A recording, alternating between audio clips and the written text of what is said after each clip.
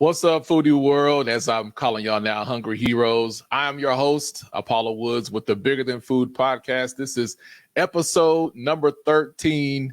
And every week, I always tell you that we have another amazing guest to talk about. And guess what? We have another amazing guest to talk about. Today, we're going to feature Chef Jeremy Johnson. Now, you probably have not heard the name, but after we finish this conversation today, you will hear this amazing Black chef in Tulsa doing some amazing things. Today's theme is food and flights. We're going to talk about his journey in the culinary world and where it's led to him doing some things that are bigger than food, his love for food and passion, and for him to share an exciting story. Now, here's a couple fun facts that you I'm pretty sure you probably don't know.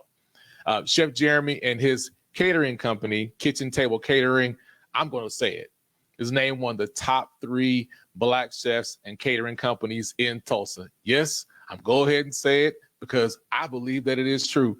He lives in Tulsa. He attended the Art Institute of Atlanta for his culinary degree. He moved back in 2009, doing a bunch of things that led him to using his talents to serve the greater community in a way, and it's whether it's providing great meals for food insecurity, because that's a very important cause for me as well. I also serve as one of the board members for the Regional Food Bank of Oklahoma. So I'm going to bring on to the podcast Chef Jeremy Johnson. What's up, bro? Hey, glad to be here, man. No problem, man. I tried to do my best to give you a great introduction because there's so much that we can talk about and we'll dive into it. But I definitely appreciate you joining the podcast today. Yes. Glad to do it. Looking forward to it. Well, man, there's a lot been going on. You just came back from an international trip. But before we get to that part, just share a little bit more. Just introduce to the audience. There are some people who know you, and there are some people who don't. So let them know who you are, where you're from, and then we'll just start taking the conversation from there. Yeah, for sure. So I'm Jeremy Johnson, born and raised right here in Tulsa, Oklahoma. Got into the culinary industry at the young age of 17. My first cooking job was actually a catering job for our baseball stadium, a D-League team. And so just taking that, and I honestly didn't decide I wanted to go to culinary school until close to me graduating. I was lost.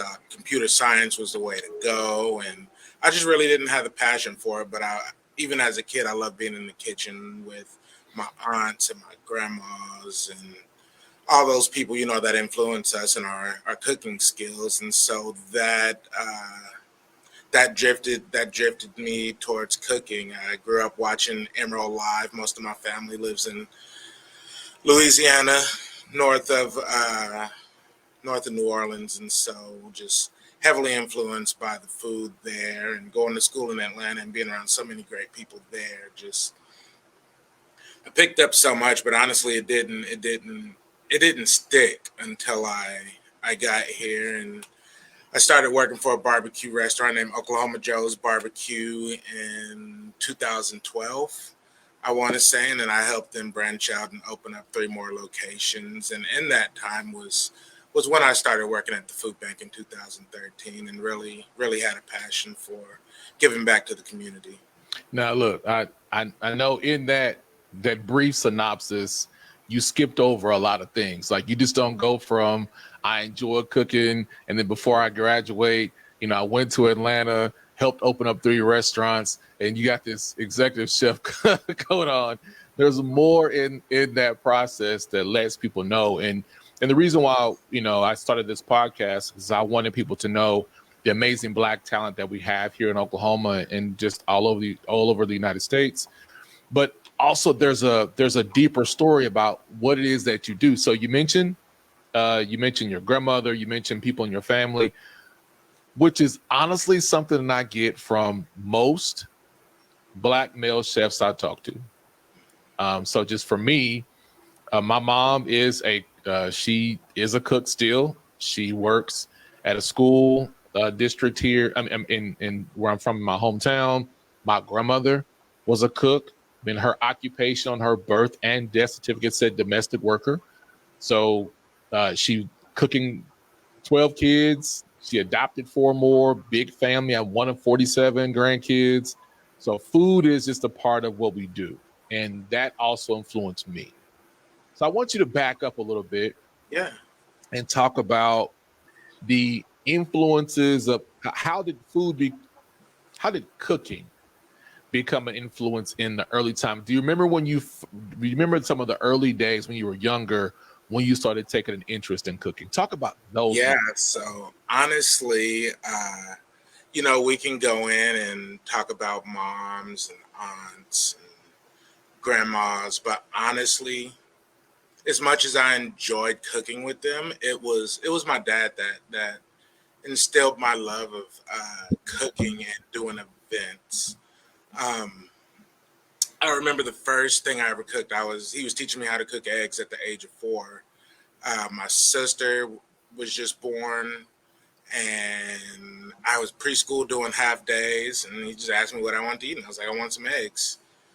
Took me in the kitchen, showed me how to scramble eggs at the age of 4, and that was my first recollection of enjoying cooking. And even throughout time as a kid, like my dad was one out of 6 kids that was the guy, so he had 5 sisters, and so very very very big heart. So whenever we did family barbecues and whatnot, he was the grill master, pit master, the guy out on the grill when everybody else was doing the sides and stuff. So I was the one jumping in between outside and inside, sticking my hands and stuff. And so really just my dad was my number one factor in deciding. And as well, so my dad, he worked at Gilcrease Museum here in Tulsa Mhm. for 15 years doing event setups and setting up all the artwork. And as well, whenever they needed help in the kitchen, he would go in. And I Mhm. can't tell you how many nights I just spent at that museum, like setting up chairs, setting up tables. So those After who don't know what the Gilchrist Museum is to Tulsa, give us a little bit so people understand what that museum means to Tulsa. Yeah, so Gilcrease Museum is a museum that really dives into our Native American culture here in Oklahoma. And me being Choctaw myself, find that very influential. And so uh, I was very fluent in speaking Choctaw as a child. And so just knowing and diving into that culture early on, kind of just for me, even that shines the light that it shines onto the city. And small fact I want to dive into, and then we'll jump back to my dad. They recently tore down Gilcrease Museum, and it was a honor and privilege to me to host one of the last dinners in that museum before they tore it down. And so that was a very important thing for me. Going back to looping it back around full circle to that story, um, just yeah, not only learning about culture, but what kind of shaping me and guiding me on this path that I'm on right now. No, no, no. Hold on. Like I'm gonna dive in here because that's a bit of information I didn't know. So my family is Chickasaw, um, Chickasaw, and then also part Choctaw as well. So we know the relationship between the Chickasaw and Choctaw nations. Um, so now adding that, well, first of all, before I get there, I mentioned earlier that we often talk about the relationship between, men who cook and their like mothers and grandmothers and women in their family. You talked about your dad and how that influenced you. I'm just curious to know what was your dad's style when he cooked that you think that you adopted from him? Was there like a technique or a way or something that you learned that helped you realize like I learned this part, whether it's thought process or preferences that influence you? Like my uncle makes amazing basting sauces for barbecue. He won't ever tell us what it is. So that's what I like about him. Is there something about your dad's style, being around him, that you say, I got this part of my culinary skill from him? I really think my love and passion for barbecue and open fire cooking, because our families are so barbecues are special to most families, and so like I said, my dad being the one brother out of all of his five sisters, he was the guy that manned the grill most of the time. And so as for me, looking into my career and you know the type of wood that I use, he was a pecan wood type of person. Well, most of the barbecue restaurant, Oklahoma Joe's, also used pecan wood when I was there. So just seeing things like that kind of be like, okay, I know where this is Right. coming from. Like, so I would really say my love for open fire cooking and barbecue, Mhm. that kind of stuff really came from Okay. him. Okay. We did a lot of it growing up. That's because even with barbecue styles of barbecue, how we know how that the direct connection from barbecue was traced back to Africa, and people will say Kenya and Central Africa for open flame barbecue style cooking. So not just that it's a thing that we like to do, but there also is deep cultural connections to that. So when you learn how to barbecue, what do you, as in your younger days, do you feel like that gave you an advantage when you started taking your culinary journey more serious because you understood how to control flame and flavors? Do you feel like that gave you a competitive advantage before you decided to go to culinary school? I don't. I knew the flavor profiles that I was looking for. Okay. That was what kind of drives me, is because a lot of it, I'll be honest with you, a lot of it didn't make sense until I was 25, 26, 27, Okay. putting stuff that I learned earlier into use. So it was a lot of learning in the early 20s. Now, the barbecue is hard, man. People just think that, you get some charcoal, put a bunch of lighter fluid on, and that's it. So you got the old smoky that we got in college. You throw a little barbecue, little hamburger patties and some sausages on there. You thought you were doing something. You go from that to the big box. Do you want your box on the side? Do you want to stack? Like, it's a whole science to it, but you learn something that help influence you determine your flavor profiles. Now, let's Yes. go back. So we can talk about barbecue for a long time. Well, you know what? But I have to ask you this question. Yes. What is your favorite meat to smoke? Brisket. Okay. All right. All right. Brisket. I love to be challenged. And if you know brisket, it goes at its own pace. Mm-hmm. Like you think, you can smoke it this long and then this long, then you wrap it and let it sit, but it's going to cook at its own. You can have a concept of, time frame, but you might as well just dedicate that whole 18 hours to, Brisket does its thing. Brisket is like, that's I'm the going to do thing. what I'm going to do. That's what Yeah. it does. Okay. So, all right. So you're brisket man. So we'll have to make sure we make a trip and try some of that at one of your catering events. All right. So then you mentioned the relationship with your dad. You talked about being a member of the Choctaw Nation. How did that? What do you believe? Do you feel like being? Well, you say you spoke Choctaw fluently, which is something rare that we hear about, especially in Oklahoma with the language and things was going on within the tribes. Just heard some information, I guess, recently regarding the Muskogee Creek Nation, which is finally great to hear being recognized as full-fledged citizens in the Muskogee Creek Nation. So then you look at the culture of being Choctaw. Um, what did you learn from there? Like, what is it? Some of the things that you learned by the culture and things and being a Choctaw citizen that also impacted your journey as well, whether it could be culinary or just you as a person. I guess we would be a dual citizen, I guess, Yeah. right? I guess that's what they would kind Well, of call you, dual citizens. it's if you know how things work with some of the tribes, it's very, very difficult. Yeah, we'll leave it To at that. nail down Yeah. specifics. Okay. But honestly, just my grandfather passed about a year and a half ago, and I'm very privileged to have sat down with him over those last 2 years and just pick his brain about stuff. Because, like I said, that part of my family, my mom's side of my family, with my grandparents and stuff living in Louisiana, just wanting to know how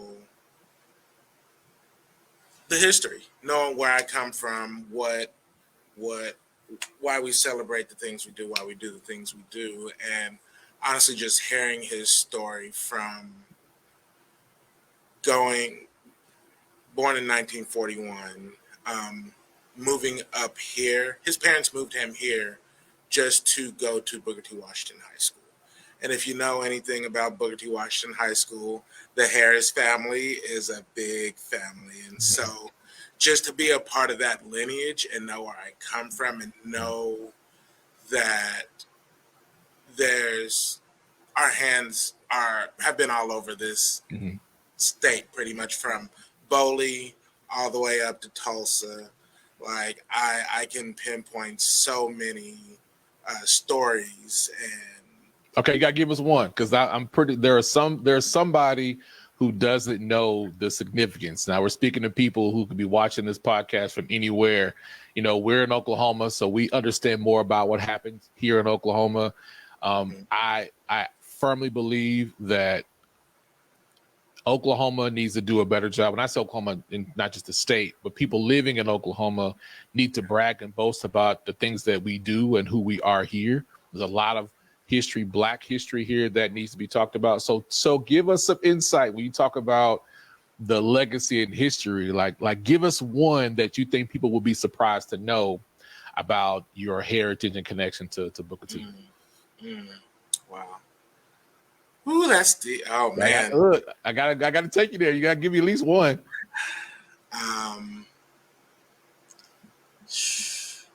I mean, what can I say? Coach Harris, one of my great cousins. Him and my grandpa. So they're both majority. There's a good portion of our family that are named after the first fellow, Nathaniel Harris.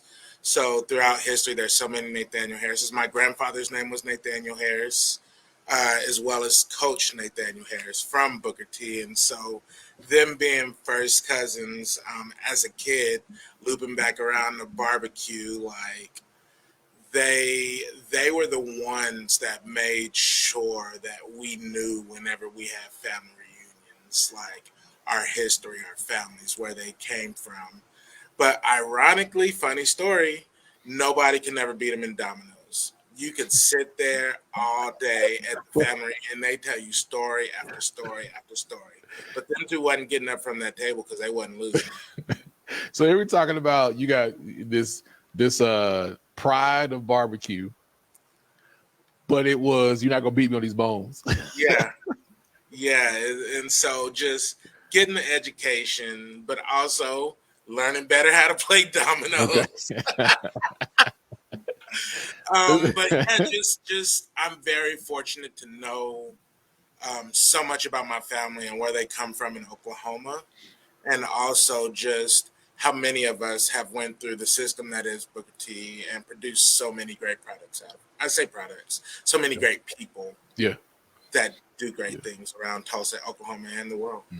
Yeah, I think it's beautiful that when especially when you're a part of a community, a family that knows its history and it's proud of it, not in a way that it's demeaning or putting people down, but that you understand, I guess, for lack of a better word in the moment, like you understand what your pedigree is. You understand like what your contributions are. So there's this level of confidence, and that raised level of expectation that you have makes you say, I just can't be average. You know, when life has their bumps in the roads and a twists and turns, you know, you are in an environment or a part of a people like, hey, like, what you gonna do about it? You know, like you have this confidence of, I have to push and work through, which is a beautiful thing to be a part of. And not everyone can say they have been a part of an ecosystem in that way. Now, you know, they probably joke a lot and say a lot of things that for some people like a little hard and a little tough, but it was done for a reason. So let's get back into 100%. your journey in food, because I really want to get to this international trip that you went to not too long ago. Talk about that. I'm excited to talk more about that. But now you had your influence of food, and then you said that it probably wasn't until later in high school that you decided that you wanted to go to culinary school. So talk about that journey of taking this leap from Tulsa to Atlanta to go to culinary school. What was that like for you?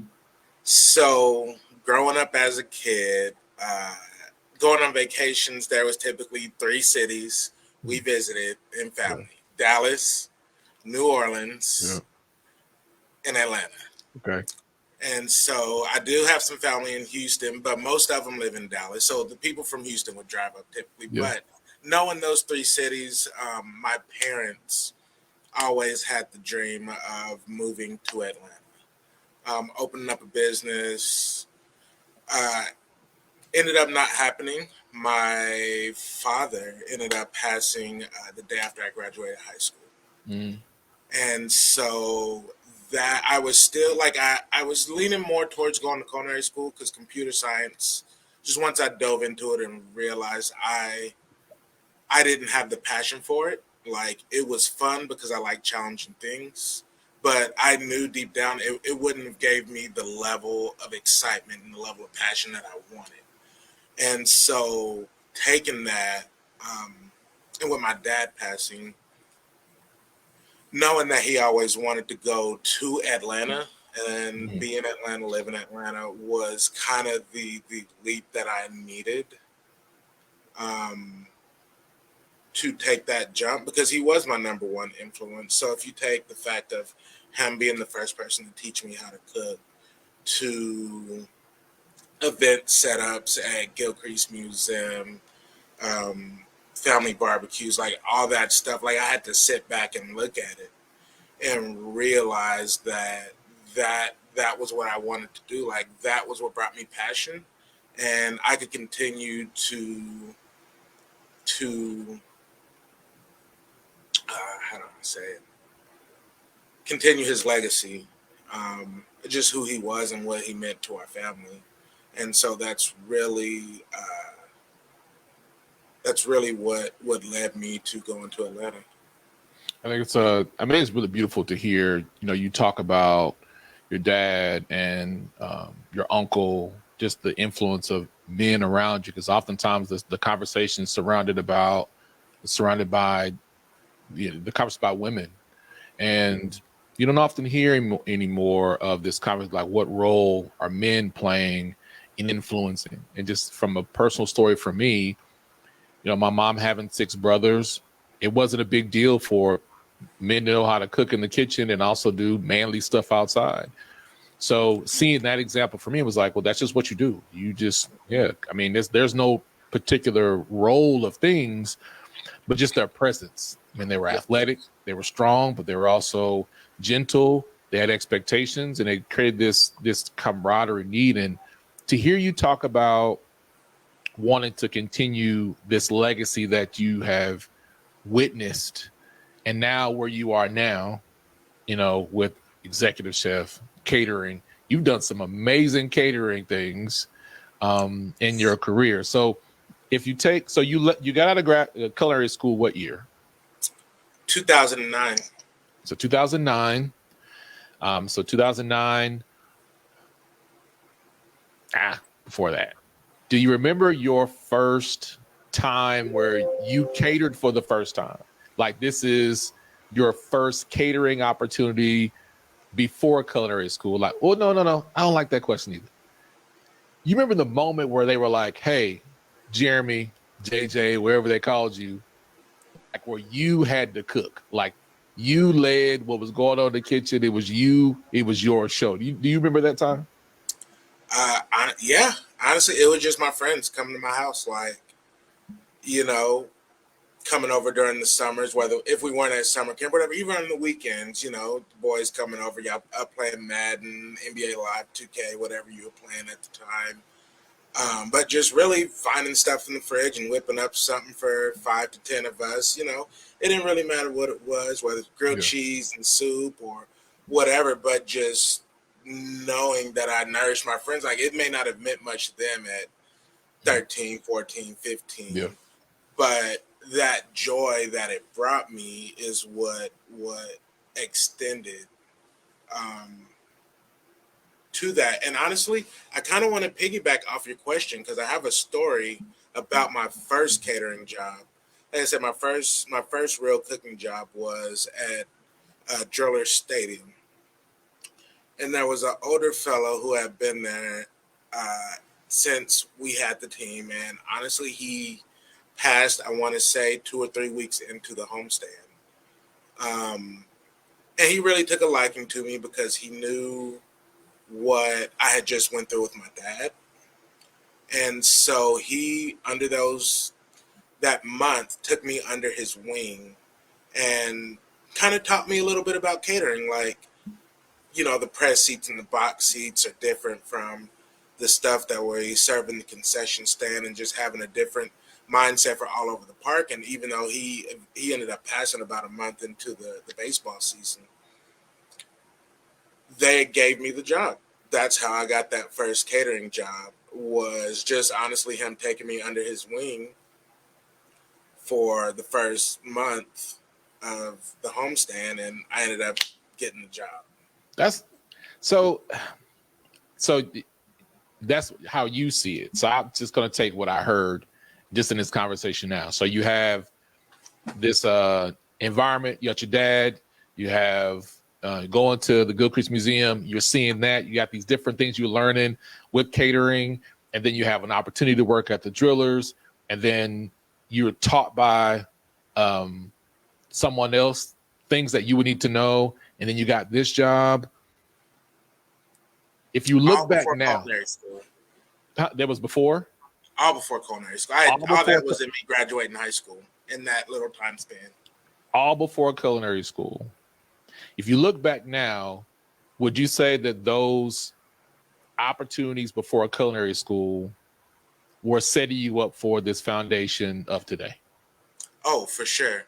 For sure. Looking at the ballpark, I mean, it's all mass production. If you look at what I do now, during the daytime, I'm doing mass production. And so just having an understanding the how many different moving parts can be to one organization has really helped me where I am today, honestly. And how old are you? 34. 34. And I brought that out for a reason, because I think sometimes we, with the experiences that you have, that people assume that that's typical for someone who was significantly older, because in the culinary world, in the chef world, it is it's older. People Yes. who are in different spaces are typically older, but here you are, 34 years old, with a lot of experience. So if you calculated from when you first recall you cooking, from that first year until 34, how many years of cooking collectively is that? 30. 30 years. So From scrambling eggs at 4 to right now. you got 30 years of doing something that you love, that you learned to do. Not from when you got your degree, but from the skill from when you started. You have 30 years of experience cooking, creating cuisine. Yeah, and honestly, let me back you up. I didn't graduate. I'll let you know. I went for about a year and a half, Mm-hmm. and honestly, I got really homesick. My great grandmother, who was very influential, Mm-hmm. and she was the one that taught me Choctaw as a kid. So her Okay. being 90, she lived a long, good life, and her moving back here, or her passing, is honestly what moved me back here. And so I was just having a conversation with a bunch of chefs yesterday, and we're just talking about what's the best way to, should I go to school? Should I do this? Should I do that? And I was like, hey, I've done it all. I went to school. I It could have worked out for me. I got homesick, honestly, and moved back, um, and took the scenic route. Like, in between that gap of going to culinary school and working at Oklahoma Joe's, I did construction. I bounced at nightclubs, bartended. I mean, I did it all. Yes, it was food beverage service or event based, stuff like that. Looking back at all those, but just all of that, like I don't take any of that for regret. Like I see how it Mhm. played into the bigger picture. That's something that people need to hear. And I would say for me, it comes from having parents who are baby boomers. They were told, go to college, get an education. Coming out of, well, going into integration, and then it was my sister and myself go to college. There was no option, just go to college. And now you're seeing this shifting of what success looks like. I saw a tuition and fee invoice at my alma mater, University of Houston, from 1972. You want to guess how much the tuition and fees were for one semester in 1972? How much? $450. Crazy. $450. Things have changed in terms of the cost of education. Yeah. Because it's great that you're sharing that, because success comes in different ways. You're getting the experience, it comes in different ways, and you're not defined by having a certificate or degree. It's the work that you put in, right? So now you have all these experiences, and then at some point you decided that you want to take that and open a catering business. Yes. What bold idea that you have in your dreams, or you get your feet up eating a grilled cheese sandwich, decided to say, you know what, I want to start a catering company? Yeah. Let me pause for a second. I need to grab that charger. It's Okay. beeping at me. It said All 10%. right, go ahead. We'll do a quick little break real quick then. Okay. All right, y'all. We'll be right back in just a second.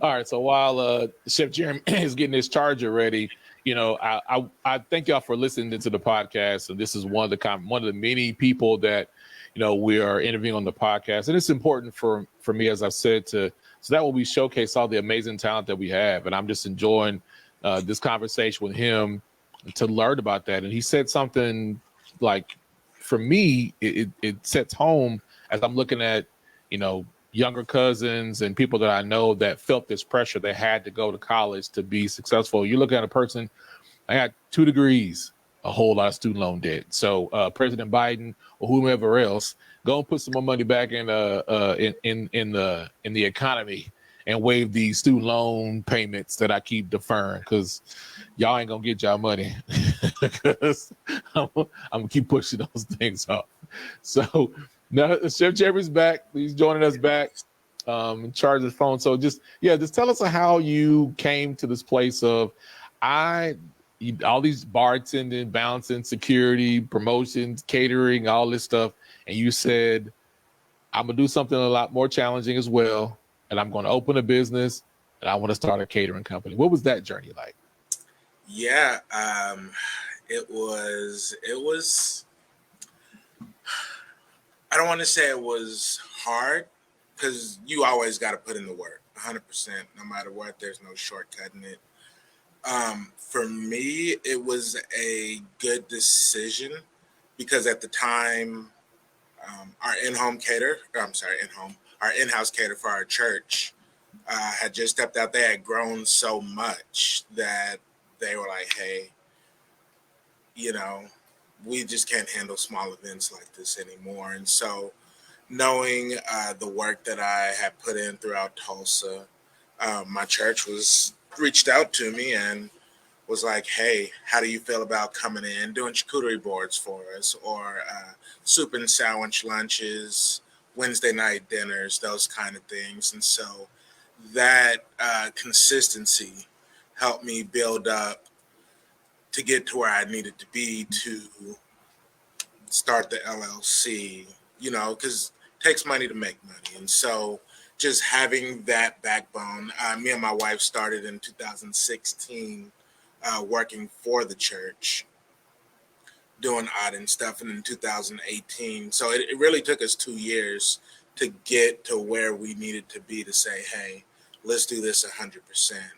Let's do this full fledged and give it our full energy. And so having that, just that spark, and also doing all of our events and stuff here uh, at the food bank as well. Doing all of our fundraisers we do, and so 10 people to thousands of people. Yeah. Like it's Yeah, but you look, I like digging into the pieces of the details, that small window in there. But you don't just come to the understanding of you and your wife deciding, let's do this.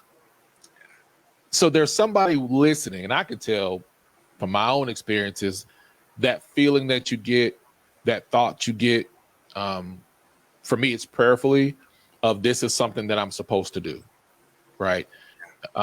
Especially when you talk about in the culinary world, it's a hard working, it's a grind in that space. But what was the moment? What was the defining moment where you and your wife were like, you looked at each other like, I think we should do this. I think this is something that I'm being called to do, because you have this catering business that's attached to so much of your family history, involving family members and all these great opportunities.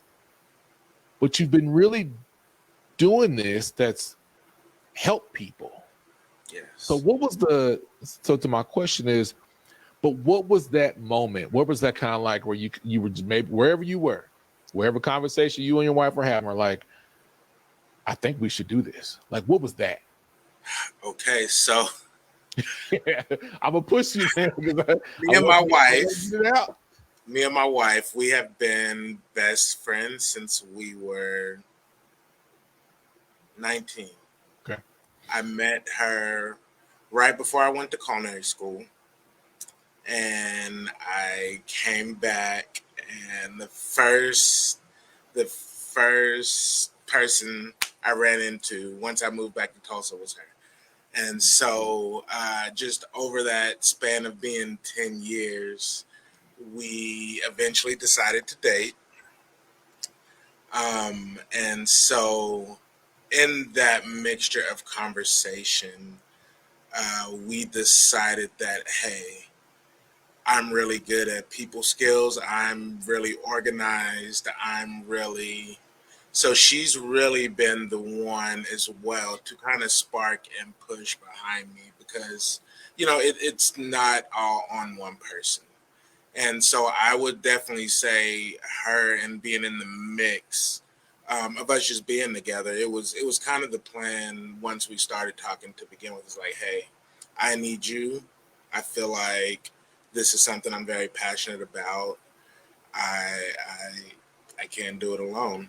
And so from there, we just been working and trying to build it to where it is today. All right. So I got a follow-up question. Yeah. Let's talk about partnership then.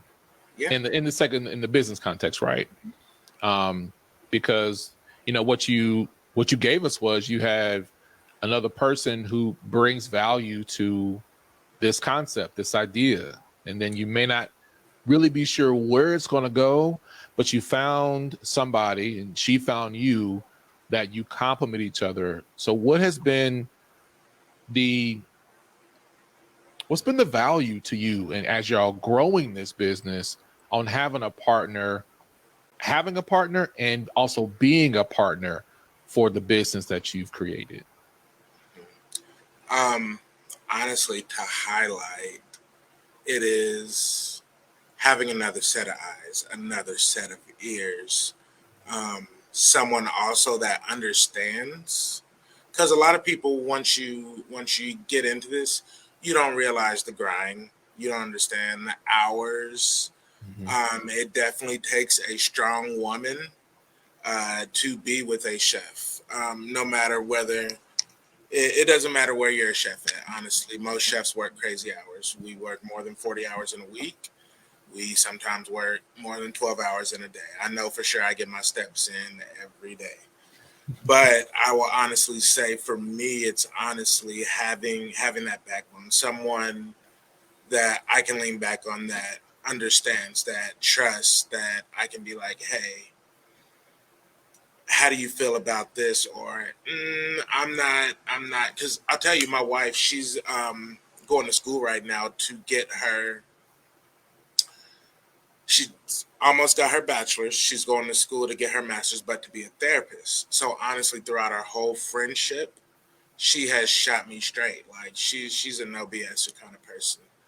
And so that honestly, I would say is what brought value, is that I could always depend on her to shoot me straight. Like, hey, no, that's not how you need to approach this situation. Or, hey, before you send that email, let me read it before, because I know how you get sometimes, and that's not a bad thing. But I'm always on the go, like it's, So she's honestly that. That's honestly the best balance. To answer your question, to sum it up, yin and yang. Like she calms me, I calm her. Like it's, you got to have that equal ratio, that equal balance. Yeah. Yeah, I mean, because the personality of, most chefs that you meet, it's, they are about executing this dish. You're concerned about the timeliness, presentation, flavors, taste.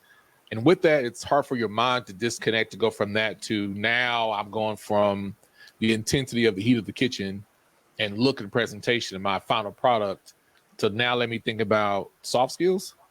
Yeah. No, because back in the kitchen, we ain't got time for soft skills, because you got to think about safety, and it's hot in the kitchen, or all this other stuff in your head. So it's great that you found that in partnership in your business, and something that y'all both have found, but she's also found something for herself.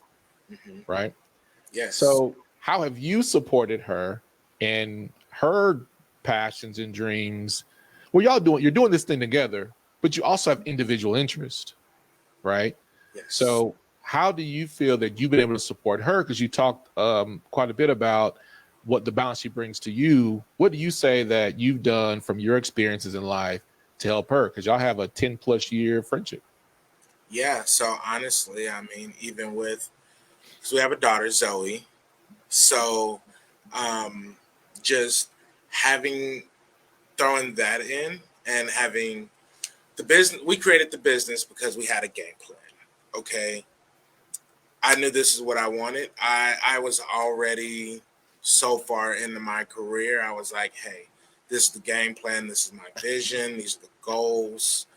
And even though, they've changed so much over the years, being able to open Kitchen Table and operate it has, one, been able to give her employment, but also the flexibility to make her own schedule so she can go to school full time, because that's a full-time job as well. And so just being able to know that going into it from day one, maybe day 10, really, we had this game plan that, hey, let's give this 100%. And then when we get to that point to where we build it up to where, hey, you're just sending emails, working the schedule, doing the rentals and stuff for me, as well as going to school, like just alleviate, that helps me so much to be able to focus on all the different tasks. Yeah, I think it's amazing, and this foundation of hard work you put into it, it came forward to be, now this is a chance for you to focus on education in your business, education and employing yourself, and also being able to be a parent and a spouse and a partner and a business together, how they work in synergy. So you have catering business. And let's kind of go to the, I think when I came across you on Instagram, I think that was around the time of the Tulsa Race Massacre Centennial. I really have a hard time saying that. I personally have a hard time deciding like how to describe it's not even a commemoration. So excuse me if I'm struggling to find the right words to say in describing that horrific time. But there was a time where I came across your profile and you were doing some pretty big events. All the who's who and the stars were in Tulsa. That we hosted a black wine experience tasting at Lefty's, and it was a lot going on during that time. Yes. But and I bring that up because you had all this catering experience at different levels, and you were able to handle this massive moment in our history in 2021. So do you remember the first call that you got about, hey, we need you, or you're wanting to do something during that time? Do you remember the call, not the event, but the call of, hey, this is something that we want to do? What do you think? Yeah. I remember vividly. I was with my mom. We were at Walgreens picking up her prescription. And I had got a call from a great friend of mine, Chef Tiffany Tisdale Braxton. And she said, hey, I'm a part of, I just got this offer. This company is coming into town. They're doing a bunch of experiences, meaning bringing other people into Tulsa, honestly diving deep into the culture. Mm-hmm. And to understand, what went on here and also what is happening present here. Yeah. And I owe so much of that, so much of all those events, and honestly, that portion of my career. Not to say I didn't earn it, but me and Tiff, once again, good Booker T story. Like, we go back, not to say we were the best of friends, but we knew each other in high school. Yeah. And so honestly, just having that hornet spirit with each other, her reaching out to me and including me in that. Because honestly, some chefs would have been like, no, I'm going to do them all myself, but she took it to reach out and say, hey, you're worthy of this moment too, not just myself. So that was pretty cool for me. So you got two chefs who were powerful, skilled in their own right, worked together to produce these culinary experiences. What was it like to be in that moment and then see these people, the faces of people that you probably only saw their names on TV, you probably only read about them, but they're sitting at a table that you're serving, that you've created this experience? Like, what was that like for you?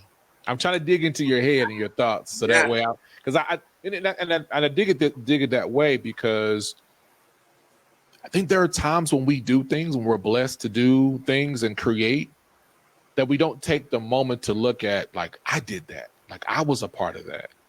And that's why want to dig more in your thoughts and feelings, because there's somebody that's probably not thinking the impact they're making on people, enjoying it, embracing as much as they should, And so what was that like for you to know that, you're partnering with another Booker T alum and you're creating these experiences in this amazing moment, in this commemorative moment for Tulsa, and you putting together these fine dining experiences as two Black chefs?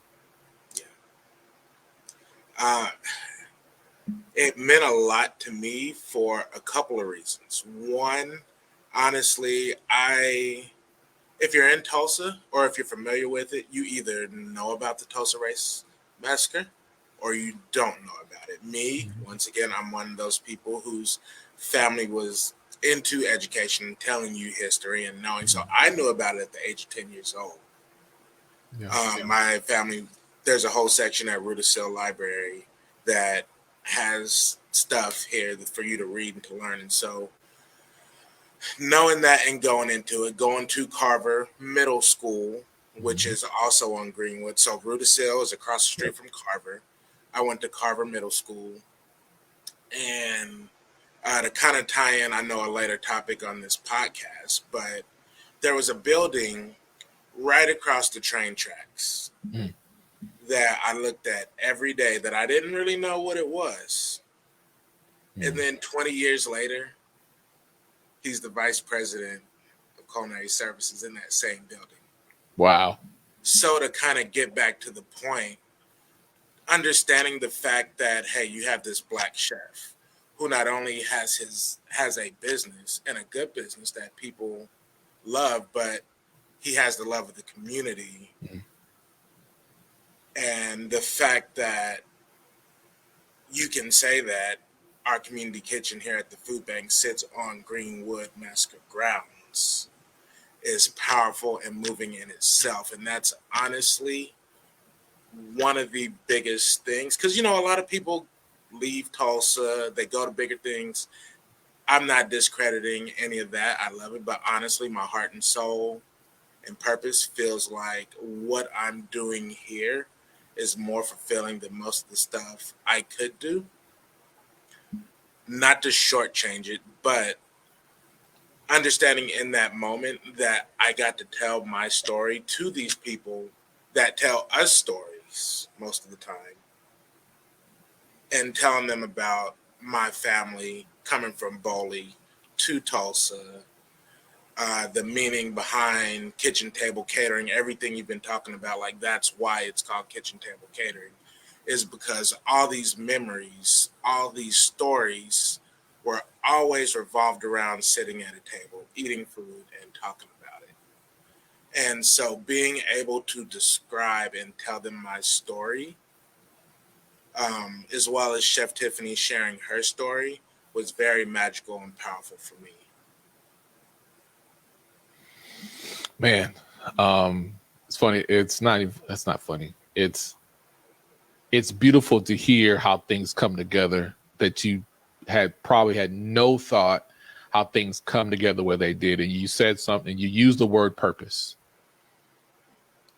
When did you realize, like, I'm doing all this stuff, I love it, it's passionate, I have an interest in it? At one point did you realize, like, okay, light bulb went off, I think I found my purpose and what I'm doing through food? Yeah, so I mean, if we take all these stories, even going back to the story about middle school, high school, friends coming over cooking grilled cheese or going outside grilling burgers for them, like that's 10 people. Imagine taking that from 10 to 10,000, the feeling that you get. Like you can't put a price on it. You can't, it's got to be pure passion at that point in time. And so it's very, very rewarding I mean, I've been here 10 years at the food bank. And so just knowing and seeing, like I said, I now look across the street and see Carver Middle School instead of me being at Carver Middle School, right out the back door of my kitchen that we have here at the food bank. And so, I'm one person that's 100% believes a lot of things come full circle. Everything happens for a reason. I Some people use the term ride the wave as a Mhm. like coattail method. Me, I prefer to ride the wave as to I go with the flow with it. Like I understand that there's a path that I Right. didn't lay. I can do the work, but it's a path ahead of me that my family, my spiritual father, like Mhm. has laid in front of me. So, Yep. I go with it. I don't question anything. I mean, we do question stuff. Let me not say that, but Oh I yeah. don't guess. Right. Right. So there's a path laid out before you. You understand what that path is. It's like, when we talk about, faith and hope in Hebrews 11:1, but if you don't do the work, you Mhm. won't find that pathway. So you sound like you found it. But there was also, I think when we talked before, you talked about this experience that you have to travel out of the country and be among different cultures and cook. Was there an in that 100-year experience, was there some connections, relationship that happened that led you to be invited to take this international trip? Did I get that right? Yes, yes. So I was very fortunate. Some of the guests that were at some of the dinners um, that were going on during the Race Mask Centennial were Reality Israel alumni as well. And so It is a selection process, but Right, you have to but be you didn't know knowledgeable. any, but you didn't know any of this. Like I didn't you're know. doing your thing, you had no idea that they were in the room, or you would probably be considered. You had no idea that this was going to be set up that way. No, not at all. And this is years down the line, 2, 3 years. Wow, wow. Okay, so So Tell us more about that. I want to hear it again because I love hearing when you talk about it. no, Israel or the dinners. Well, the dinner in terms of how that connection made at this dinner that you made that Oh, led to this opportunity to go to for Israel. sure, for sure. Yes, there's a very well known guy in our community. His name is Brandon Oldham, and he was one of the hosts of the dinner. And so he actually reached out to me and was like, "Hey, I feel you would be a perfect fit for one of these trips. If you're interested, you should apply." And so I was like, "Okay, this is cool." Did you Not know anything about it? Like, did you know that these things happened before, or that was when he presented it to you, that was the first time you heard about it? I did not. I knew there were places that did experiences because those dinners that they were bringing in people to Tulsa for, those are experiences. Mm, So knowing the backstory of them, yes, but I had no recollection of how broad and how often these things happen. okay. So you had no idea that Israel was on the horizon. No, not at all. Okay, so you go through the process and the application, you submit it. Were you thinking that you might have a shot to go? You're like, I'm gonna just do it, and if it happens, it happens. If it doesn't, it doesn't. What were you feeling as you were going through the application process? Well, yes. I always feel like I don't shortchange myself. Like I said, I don't. I ride that wave. Like I'm like, hey, it came my way for a reason, Yep. and I shot my shot. Look, I'm a big Kobe fan. I'm gonna bring that in. Like I want the ball. Yeah. 3 seconds left in the fourth quarter. That's the type of person I am, and so I was actually I was at a conference in San Diego, Mhm. and I had just got off the phone with my mom. She had been really ill at the beginning of the year, and so I was checking in on her. Hey, how you doing? And so I was going. I had to get to the conference, and I was trying to find the RSVP email so I could get into the conference. Mhm. And guess what was right next to the RSVP email? You have been selected to go on this trip to Israel. Wow. And then I think I may have missed the first seminar of that Mhm. conference because I just sat there. Like, I'm pretty sure I may have read the email 5, 10 times just to Mhm. make sure I hadn't misread Right. anything. Right. So it it was so rewarding. I mean, I just Hold on. No. You skipping. You skipping. So you see it. You're preparing to go, and um, so talk paint a picture of the experience and like who was there because the trip to Israel was a culinary exchange, a cultural exchange. There was a language exchange. There's all of this different experience as this, you know, this this kid or this man who was living in Tulsa, going to Israel, meeting people across the world, and like paint it like I've never been to Israel, so I have no idea what it's like, and like to describe what that experience meant for you to travel to Israel as a chef and be among the different cultures and learn so many different new things. yeah, I'll have a. I'm gonna paint the picture, but Okay. I'm gonna end it. I'm gonna let you know, and it's gonna be something awesome at the end of the story. Okay. So, um, gosh, flew out from here. I mean, it was honestly about 24, 30 hours of flying. Woo. From here to Chicago to New York, then about a 13-hour flight from New York to Tel Aviv. But the cool thing about that was most of the people that were on this experience with me were on that flight. So we got to start fellowshipping and getting to know each other ahead of time. So you didn't just end up in a new country with a whole group of new 40 people that you're going to be hanging out with for about close to a week and a half. And so we got there, man, and the first thing off the plane, I mean, we're herding goats and sheep. Crazy thing, right? I mean, right less than a mile from the birthplace of Jesus Christ. So I mean, we're in a vicinity of history here, and so Okay, so before you go on, so what was the purpose of this trip? Like, what was the reason why you traveled to Israel? yeah, so the reason that we traveled to Israel was Jewish culture is very complex. Okay, Israeli culture is very complex. Their history is very complex. We can read all through the Bible, and that's not even present day, and understand the history that Israel has.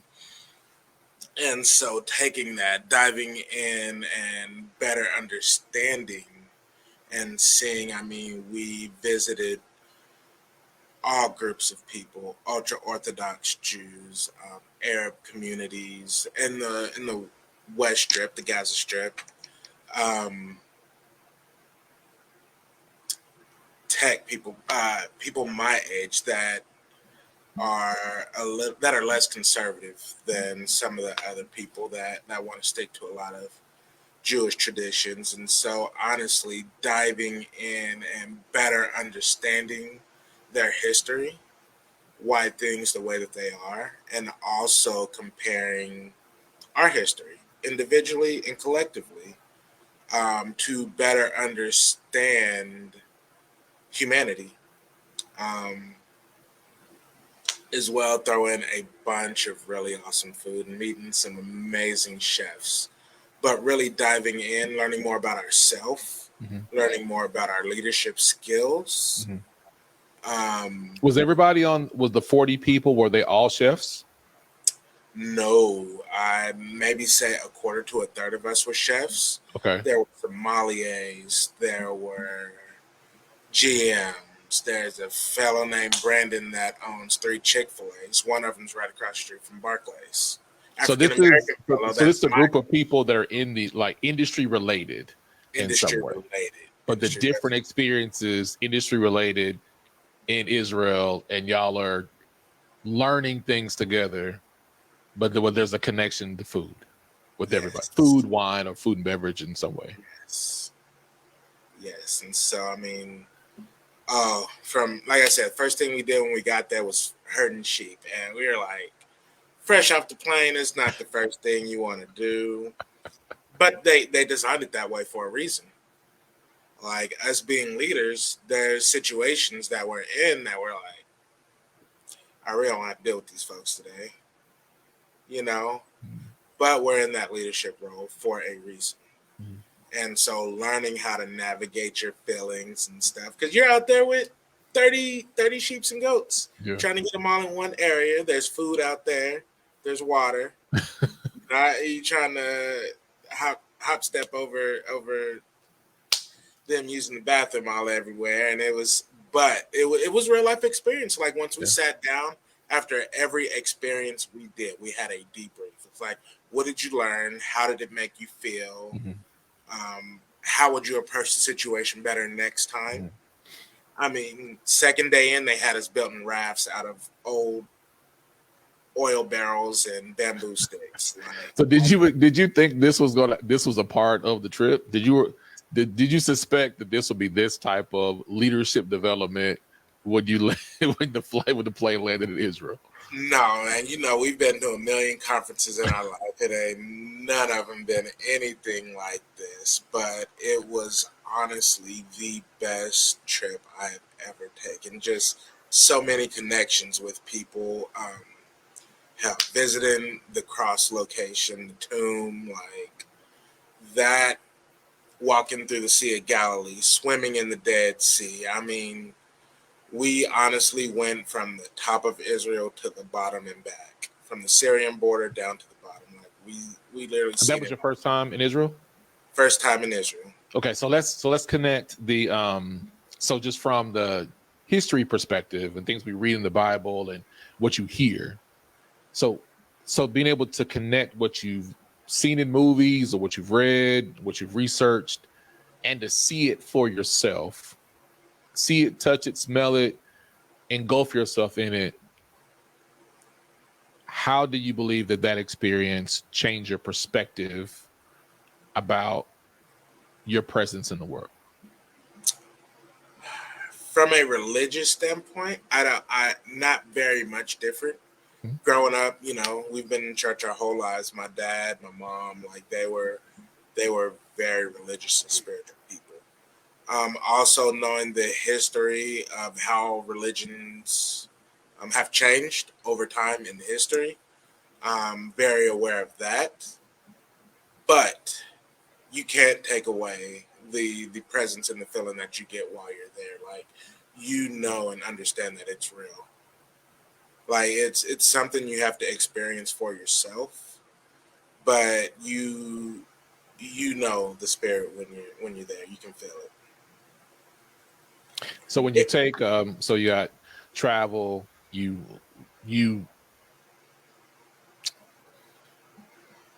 when you got there, was it obvious? It's like I'm supposed to be here in this moment right now. Yes, because I ride that wave, man. Like if I'm there, I'm there for a reason. Like that door did, whatever door that got me there opened for a reason. Like, and honestly, I'm gonna go ahead and jump to that Okay. point of the conversation because it ties right into it. The last night we were there, not the last night because we flew out at like 11:30, but Saturday night, the night before, um, we had a beautiful, beautiful dinner in the middle of a crater in the middle of the desert. Okay, but prior to that, Mm-hmm. they took us to, I say a little bit farther from where the dinner was, but I mean, it's dark, middle of the desert. Um, and everybody in the group, they just was like, hey, we were finishing the Shabbat um, celebration, which starts on Friday, into Saturday. And so we ended it by going out to the desert. And they said, hey, whatever your religious affiliation is, however, everybody has to take 7 minutes to themselves, and you can yell, you can scream, you can sing. I mean, dude, it's 9 o'clock at night, middle of the desert. All you're seeing is stars in the sky, right? And So this was after y'all did y'all have like a dinner or something, and the then dinner is after this. We hadn't even gotten to the oh, you haven't even eaten yet. prequel to the dinner. Okay. And the spirit told me that I was supposed to be there. Mm. The spirit told me that I'm a leader, that people flock to me for a reason, Mm-hmm. and not take anything for granted. Like, keep doing what you're doing, pretty much. Second part, Okay. my dad spoke to me. Best part of the trip, Okay. Okay. middle of the desert. I thought I had a follow-up question, but you got one better than that. Okay. And, you know, we when we get to these parts in our life, we talk about how impactful these people are in our lives. But to hear him tell me via spirit, middle of the desert, that because the whole time I was on this trip, my dad carried a Bible with him wherever he went, whether it was in the car, it was at his desk, like he had a Bible with him. And just knowing so much history about the Bible and religion, I'm like, man, this is cool. Like, oh, my dad could see this. Like, dude, this is, every day, every time we're doing Yeah. it. At that last moment of the night before we left, he was like, I'm here with you the whole time. Like, I Mm. saw it all. I experienced it with you. And not only have I experienced this with you, I'm experiencing everything else with you as well. And it just brought Kitchen Table. It brought the trip. It brought everything to me full circle in that moment. And it was like, keep going, bro. Keep going. Okay, so all right. So for me, when things like that happen in my life, it usually is reflective of something that I was either thinking about or I prayed about, but probably hadn't revealed to anybody. And in moments, it became like nobody knows about that but me and God. That's it.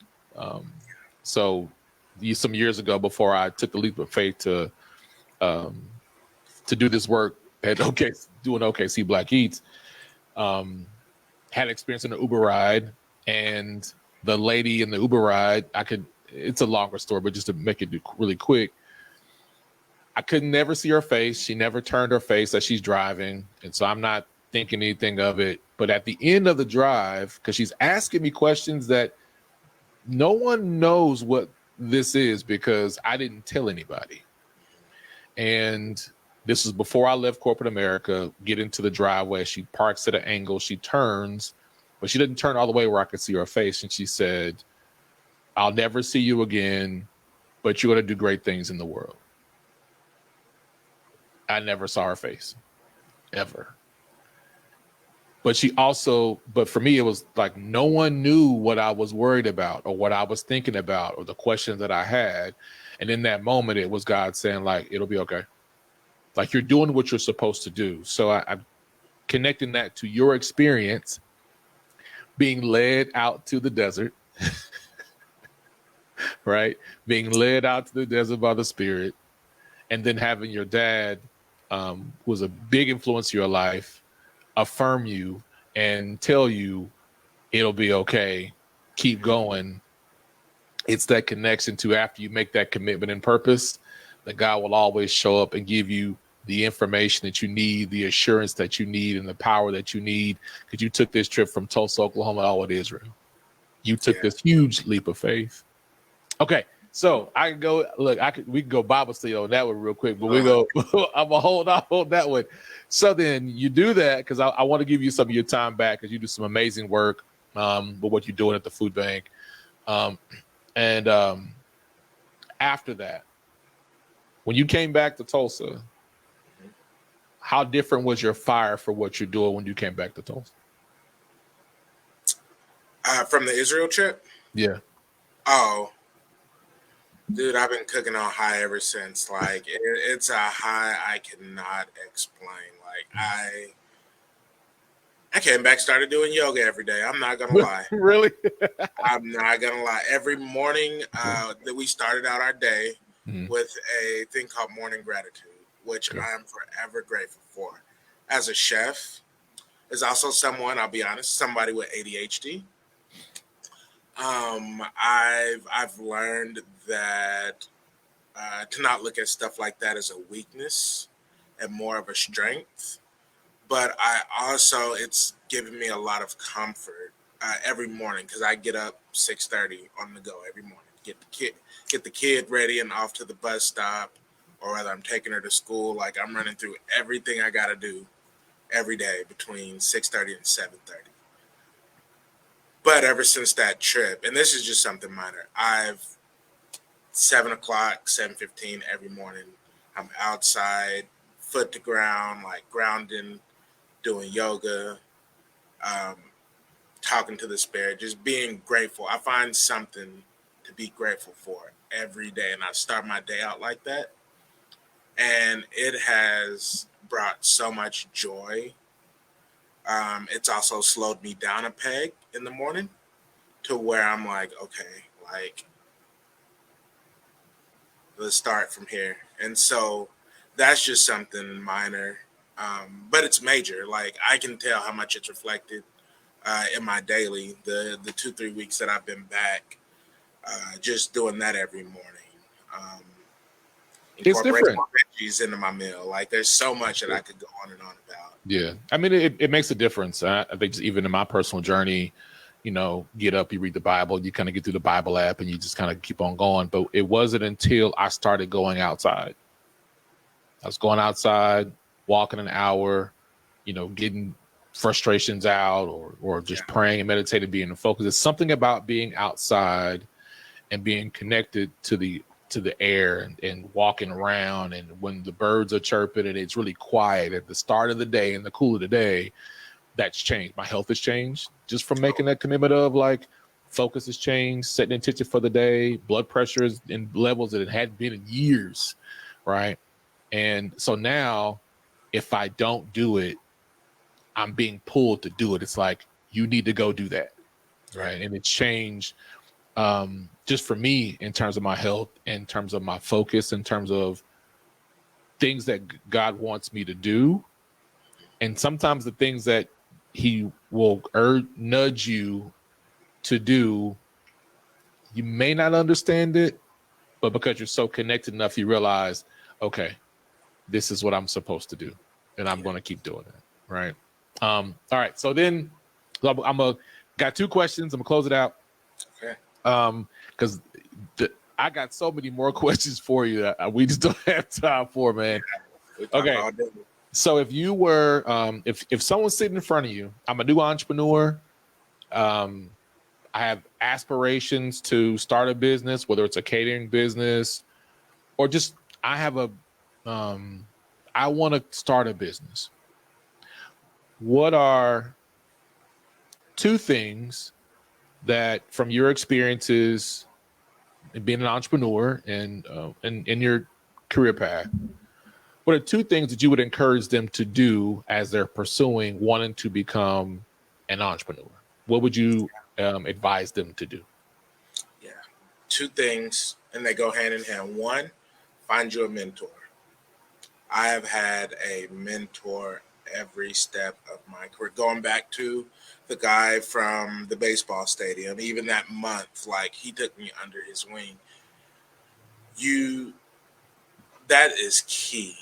And usually those mentors are people that will put you in the room. That's the second part, is don't be afraid to enter those rooms when those doors open. Like, because if you're networking, you're connecting, you're putting in the work, and that person, that mentor, they're gonna see that, and they're gonna notice that, and they're gonna put you and guide you in the right way. So once you get there, it's up to you to put in that work. But as well, you got to return it. Like, it doesn't do you any good if you're not. You got to keep the cycle going. Like, I have a couple cats that I'm trying to take under my wing right now because they're like, oh, chef, I want a food truck, or, I want to travel and cook like you. And I'm like, well, looks good. It looks good. I'm going to tell you now, you get you a food truck, transmission might go out on it. Then what you going to do with it? So it's just you got to have a mentor, and you got to have a leap of faith. You got to, when they set you up, you got to put it to work. You got to put in the work. Absolutely. So the two things that you recommend for someone that wants to start off is, one, get a mentor, and two, the benefits of having a mentor is they can put you in rooms that you may not otherwise be able to do yourself. And I would say the third thing from what you said is give it back. Because when you give it back, you're doing for somebody else what was done for you. And now you create a cycle. So now there are other people that have been influenced by Chef Jeremy. So then they replicate what was done to them. And it's important to have a mentor. And you'll have several different mentors. I thought that I needed one, but I met with one of my frat brothers, former city controller of the city of Houston, Ronald Green, and he said, I was like, man, I want to be like him, because I never met a Black person with a big house. Never met a Black person who was running for office. I never met anybody like that. So me meeting him, it was like, and I was like, be my mentor. And he looked at me, he was like, you need more mentors. And I was hurt because I didn't understand what he meant. Because here I'm a guy from small town Oklahoma, and I'm in the big city in Houston. But now I appreciate him telling me that, because having multiple mentors gives you different perspectives, and you take pieces from all of them, and it expands your circle because you'll get different feedback from all that can help you out in the journey. So I appreciate you sharing that, man. Chef Jim, this has been a pleasure talking to you, man. It's there's many things that I didn't expect for you to share in this, and we talked before, and we've messaged back and forth quite a bit, but it puts more context in where you're going and how you're using the influences of your family and your faith walk and your partnership with your wife and how you're supporting her and how she supports you. It puts a better framework on you being this 34-year-old. What are you, the vice president of culinary services at the food bank? Did I get your title right? Yeah, that's 100%. You got it. So you got that, and you're an entrepreneur, and you're a servant, and you're a father. You're all these different things, and finding your purpose in it at 34 is, well, prior to 34 is beautiful. I found mine at, I think I was 40, 41, now 44. So it's been, man, it's been refreshing to hear it. And on a personal note, there are many things that you said today are things that I need to hear for myself. So you likely did not realize that the stories you're telling about your faith walk and going to Israel and pushing forward and making it happen is something that I personally needed to hear today as I'm working on some things as well. So I appreciate you encouraging me, and you likely didn't realize that you were also encouraging me in the process. Hey, I inspire, man. I love to inspire. That's one of the big things that came from Israel, and that's honestly the first thing we did when we got there. That's what that experiment was about, was inspiring and leading from behind, actually, and not in front. So, love it. I appreciate it, man. I appreciate you always looking out for me and being a fan of the work that I do here. Do what I can, man. So if someone wanted to find you, to support you, where can they find you? If they wanted to book you for an event or follow you and support you, where could they find you? How do they find Chef Jeremy? Yeah. So you can find me on Instagram personally at chef.jeremyjohnson. You can follow me on Instagram for my business as well at Kitchen Table Catering Co. We also have a website, www.kitchentablecatering.com, that you can see our menus, pictures, inquiries, all that stuff on there. Awesome. So y'all should be able to see it down at the bottom of the screen here. Go support him. Go check him out. He does amazing work in Tulsa, but now he's international. He's all across the world. So thank y'all for tuning in for this 13th episode of the Bigger Than Food podcast, Food and Flights, featuring Chef Jeremy Johnson from the Kitchen Table Catering, and also the Vice President of, I'm going to make it up, Vice President of Culinary Services and Partnerships at the Eastern Food Bank of Oklahoma, correct? Right? Food Bank of Eastern Oklahoma. At the Food Bank of Eastern Oklahoma. So I serve on the board for the Regional Food Bank of Oklahoma, and they cover the other half of the state, and we're great partners together to end hunger statewide. So thank y'all for tuning in. Until next time, make sure that you like this podcast, follow us on YouTube and social media, subscribe to us for further updates. Make sure that you also support Chef Jeremy Johnson. And like we always say, our mission is bigger than food. Thank you, Apollo.